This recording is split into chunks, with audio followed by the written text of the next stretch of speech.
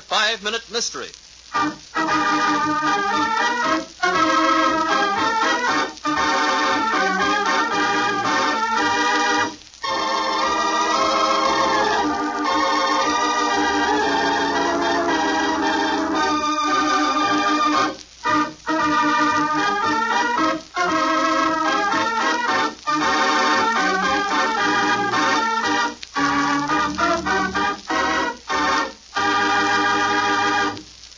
Midnight.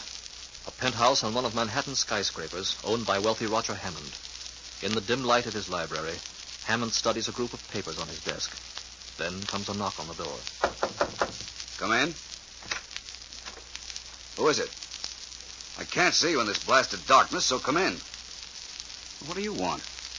You've got a gun. In heaven's name, don't point that thing at me. Stop it, do you hear? Stop it!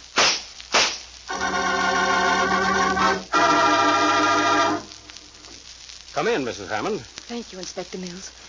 I flew back from Uruguay as soon as I got your telegram. Will you sit down? Roger's death is the most shocking thing that's ever happened to me. Who could have done this all for murder? I wish I knew, Mrs. Hammond. Of course, we'll do everything we can. Now, there are a few questions I'd like to ask. Merely routine, of course. Anything I can tell you, Inspector. This friend of your husband, Stanley Macon, was there any friction between them? Oh, no, never. They were the best of friends. Macon was alone at his hunting lodge in Maine when the murder occurred. And I was so far away. If only I'd been here. Exactly why did you go to Uruguay, Mrs. Hammond? Business for Roger. And because I'd never been to South America, he thought it'd be a kind of vacation for me. Mm-hmm. Been there only 2 days when I received your wire telling me what happened. Yes. Do you mind telling me what your plans are? Will you take over Mr. Hammond's enterprises? Oh, I don't know. I suppose so. I haven't been able to think of anything these last few days. It's so hard to believe he's gone. Then I suppose I was warned of it in a way. What do you mean? Well, it's one of those things that's hard to explain. A terrible presentiment I had. One evening in Uruguay, the night of his murder. Tell me about it. It's really nothing, Inspector. In murder, everything is important, Mrs. Hammond. I'd gone for an automobile ride, all alone. The moon was shining very brightly, and I was speeding, I'm afraid. But I'm a careful driver. I always keep far to the right. And that night, I made a point of it because I was speeding.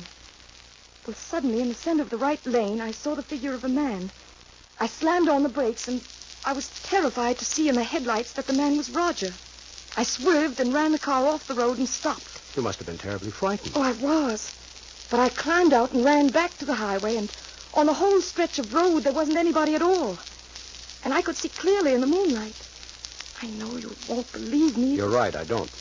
Because you're lying, Mrs. Hammond. Lying? Why, what do you mean? I mean you were never in Uruguay at all. And I'm going to hold you for questioning and perhaps for murder.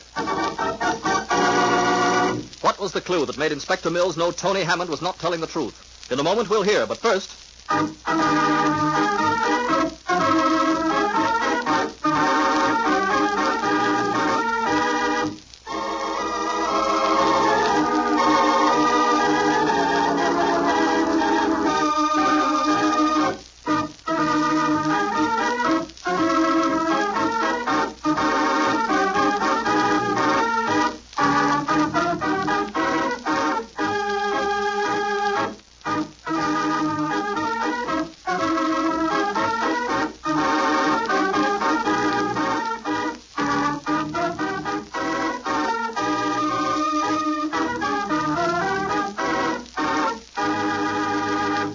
Now, the solution to our mystery.